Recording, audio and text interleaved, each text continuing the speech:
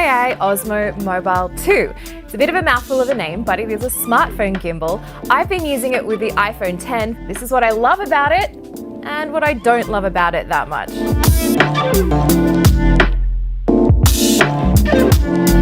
So I want to start off talking about the price. This is $130 and it's producing really cinematic quality results. That to me is like a game changer. A lot of the other gimbals I've used have been pretty expensive, including the first generation of the DJI Osmo. So I really like the price point on this one. But that being said, it has been built to a price point because it doesn't feel necessarily as refined as the previous version. It's a little bit more plasticky, but overall it's very functional. Like all of the buttons and controls are in a really good place. They are all positioned really nicely. And inside the handle here, this battery is absolutely massive. Like, I don't think I've needed to charge this more than about 3 or 4 times in the past 2 months, I'd say, because it just lasts and lasts, which is great. So I think they say it's about 15 hours, and I've definitely found that to be true. I also love how there is a USB-A on the back here, and you can actually use that to charge like any other device that you have.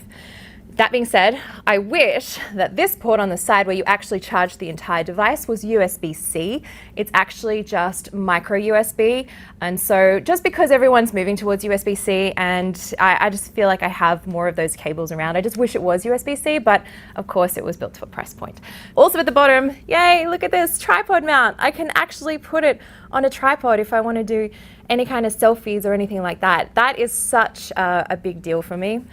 I want to talk about the stabilization now, because obviously that's the big feature and that's the thing that you probably want to know about. So this has produced some really amazing results for me. Like, I haven't been as impressed with the stabilizer as I have been with this particular one before, just because it just seems to kind of get it right all the time, which I love. So I've been using it between the DJI Go app, which is actually the one that you're supposed to use it with, and also the actual iPhone camera app as well, just the default camera app. Now the reason why I've been using it with the camera app, the default one, rather than the DJI app is just because some of the time I want to record in 4K, 60 frames a second, and the DJI Go app cannot do that right now. I bet you, like, as soon as I make this video, there will be an update to the app and they'll be like, oh, hey, 4K, 60 frames a second, great, amazing. But please do that like sooner rather than later. That would be lovely. So that's why I generally end up using the iPhone camera app as well. And one of the downsides, I know a lot of people have been talking about the fact that obviously if you're using with an iPhone or a camera or a phone camera that has internal optical image stabilization, also the stabilization from the gimbal, they can kind of like counteract each other and produce kind of like that jelly-like effect.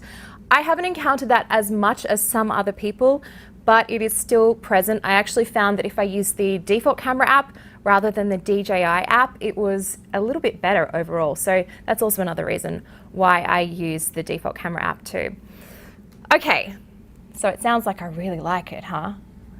I really do, but there are some big downsides. Some of them are particular to my situation, but I still want to run them through with you just because I think you might have the same issues that I do with this thing.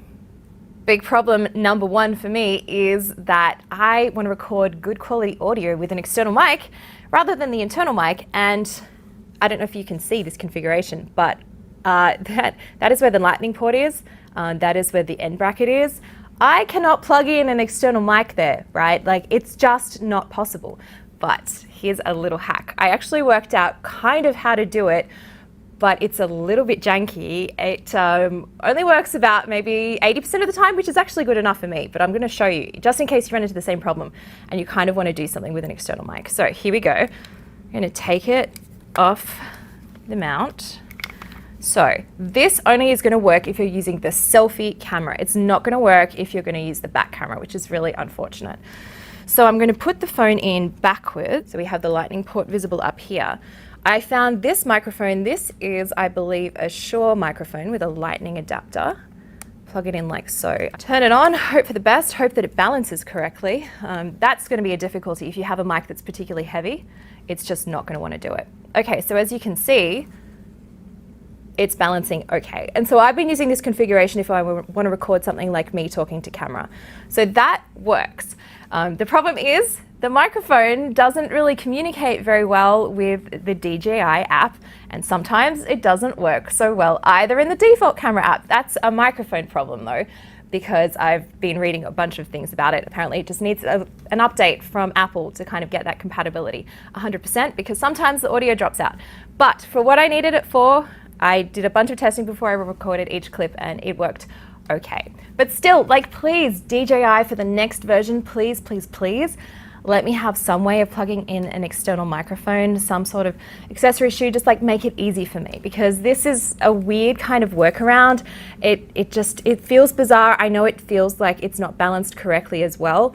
So please, please, please fix it. I really want you guys to fix it because I want to use it, like be able to use that back camera as well. But it's not all bad with the DJI app, thankfully. There are a couple of really fun features that I loved using, including the motion time-lapse and hyperlapse mode. So I did a walk up and down the beach watching the sunset. It created this really cool cinematic clip. I know if I just did it using another app without the stabilizer, it was going to look really shaky. It wouldn't have been very smooth or consistent. So I really appreciated that function in the app. That was a lot of fun. And just overall, it makes me really just want to shoot video, which is a great thing. The fact that it is so cheap means that I don't really mind if I do maybe, accidentally drop it, because I'm very clumsy. I haven't, trust me, I haven't dropped it. But I'm just saying, if I did, it probably wouldn't be that huge of a deal. Okay, so in the app, the one other thing that I wanted to mention that I wish would be changed would be the ability to use that 2x optical zoom on the iPhone 10 or any other phone that has two cameras with optical zoom. Because at the moment you can obviously use the digital zoom. There is that zoom rocker there that moves in and out. But unfortunately, it's only using digital zoom. And if I have the optical zoom, I'm going to want to use that. There's no reason to use digital zoom, really. It doesn't look very good. I just want to be able to use that extra bit of optical length if I can. So that's why, again, I shoot with the default camera app. So those are my thoughts on the DJI Osmo Mobile 2. Let me know what you think. If you have also been using it for about the same amount of time, I would love to hear your comments too. Maybe you have a fix for that external microphone issue. There's another way to do it. It's not going to be external audio, guys, because I'm not going to run external audio and sync it with this. I'm sorry, I'm just not. But if you have a solution, I'd love to hear it. Just let me know your thoughts in general about this or stabilizers. Find me in the comments, or you can find me on Twitter as well.